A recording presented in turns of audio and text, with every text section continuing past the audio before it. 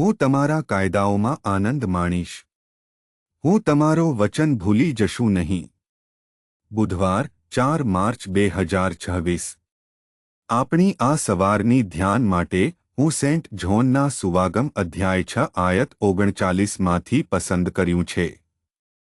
આ એકમાત્ર તેની ઈચ્છ છે જેણે મને ઘડ્યો કે હું તેમણે મને આપ્યું તેના કોઈ પણ વસ્તુને ગુમાવી ન દઉં, પરંતુ છેલ્લા દિવસે તેને ઉઠાવીશ. સુપ્રભાત મિત્રો. ઈસુ મસીહનો હેતુ તેના પિતાની ઈચ્છ પૂરી કરવાનો હતો. આપણે આ આયત પર ધ્યાન કરીએ. આ સવારના ધ્યાનનું વિષય કંઈ ગુમાવવું નહીં. ઈસુ તેના હેતુ વિશે વાત કરી રહ્યા હતા અને તેઓ કહે છે કે તેઓ જીવનની રોટલી છે જે આ વિશ્વને જીવન આપવા આવી છે.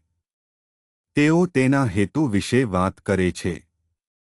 ઈસુ અહીં આવવાનો હેતુ તેના પિતાની ઈચ્છ પૂરી કરવાનો હતો. અને પિતાની ઈચ્છ શું છે?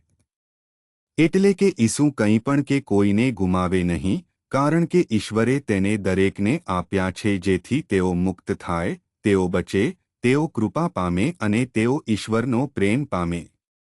ઈસુનો હેતુ દરેક માનવને બચાવવાનો હતો અને દરેક માનવને બચાવીને તે તેને મોકલનારની ઈચ્છ પૂરી કરશે જેણે તેને આવવા અને મરવા મોકલ્યા. મિત્રો, આપણા જીવનમાં આપણે ઈશ્વરના હેતુ પર કેન્દ્રિત રહેવું જોઈએ.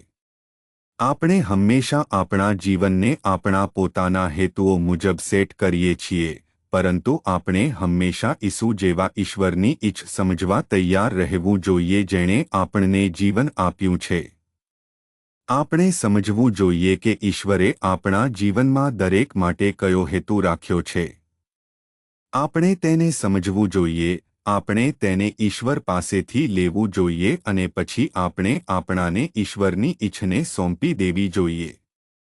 તો જો આપણને તેનો પ્રેમ ફેલાવવા મોકલવામાં આવ્યા હોઈએ તો આપણે કરવું પડશે.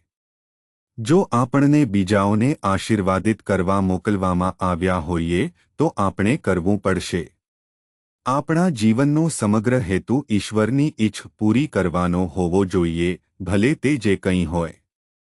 તો આપણે આપણાને ઈશ્વરની ઈચ્છને સોંપી દઈએ. પ્રાર્થના. કૃપાળુ ઈશ્વર, સ્વર્ગીય પિતા, હે પ્રભુ, આપણને તમારી પાસે સોંપવામાં મદદ કરો.